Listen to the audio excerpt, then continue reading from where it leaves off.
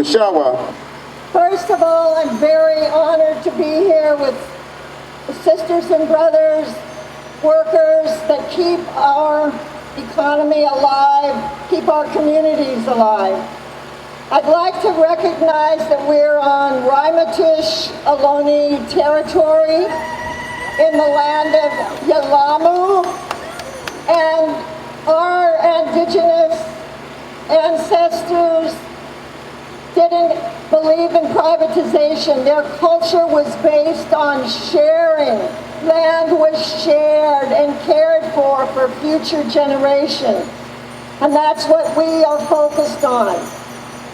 Back in, I think it was about 1995, I moved next door to Malcom X Academy, really across the street to Northridge Co-op Homes, a housing cooperative of 300 low-income families that was the result of mostly black women and men going back to Washington, D.C. in the 70s, occupying the offices of HUD and demanding that money be freed up for former workers from the Hunters Point shipyard to have decent housing.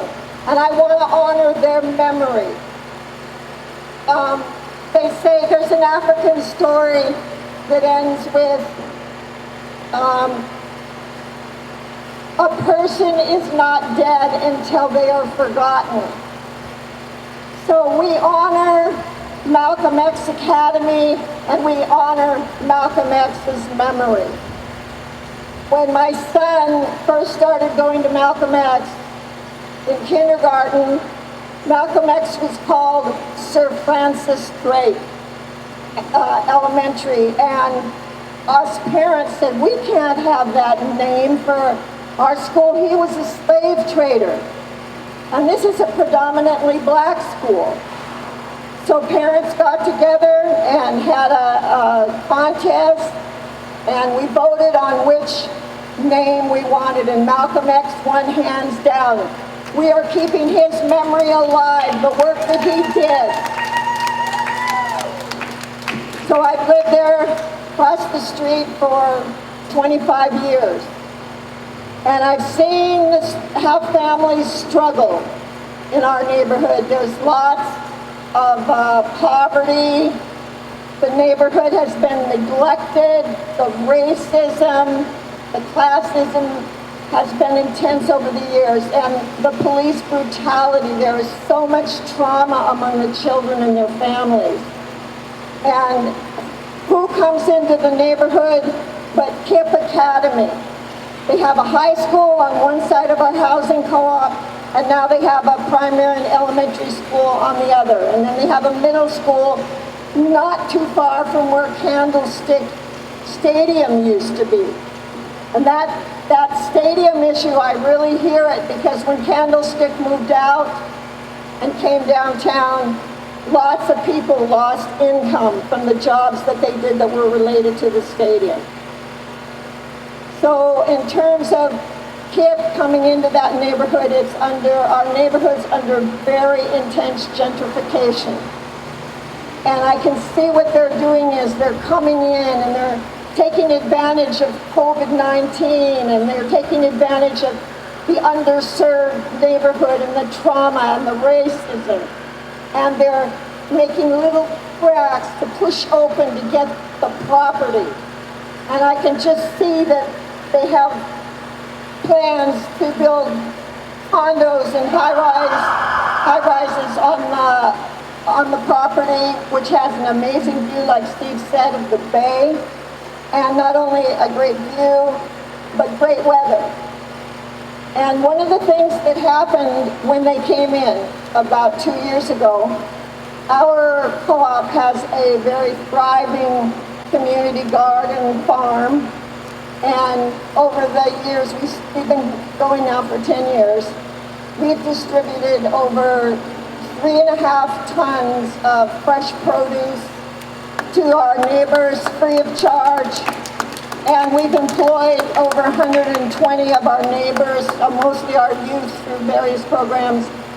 And I remember talking with one of our youth who said, that she was going to the KIPP High School, and she transferred, and I asked her, do you have any teachers of color?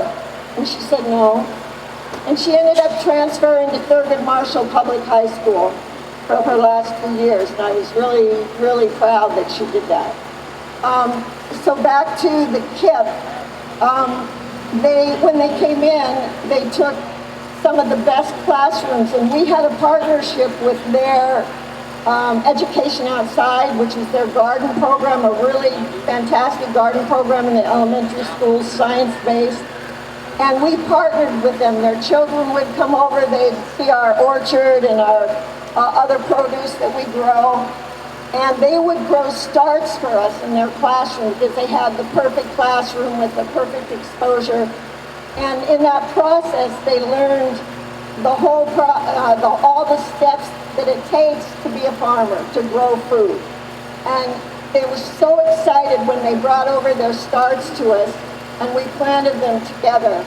And it was one of those moments that I'll never forget, seeing some of our older youth pass out food to them that had been grown there, and then let them take their little shovels and come help plant what they brought.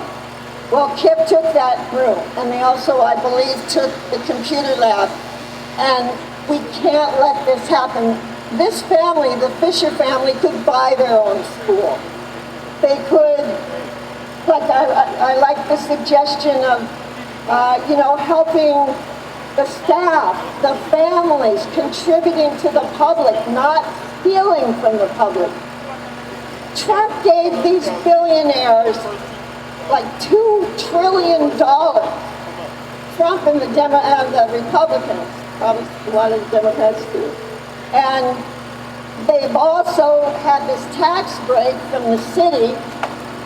That's theft. They are stealing from working people. It's working people, especially unionized workers, that support the building of the public schools and the maintenance of the public schools. These are hubs for the community where food is distributed, where some health care is available, and we need to strengthen them.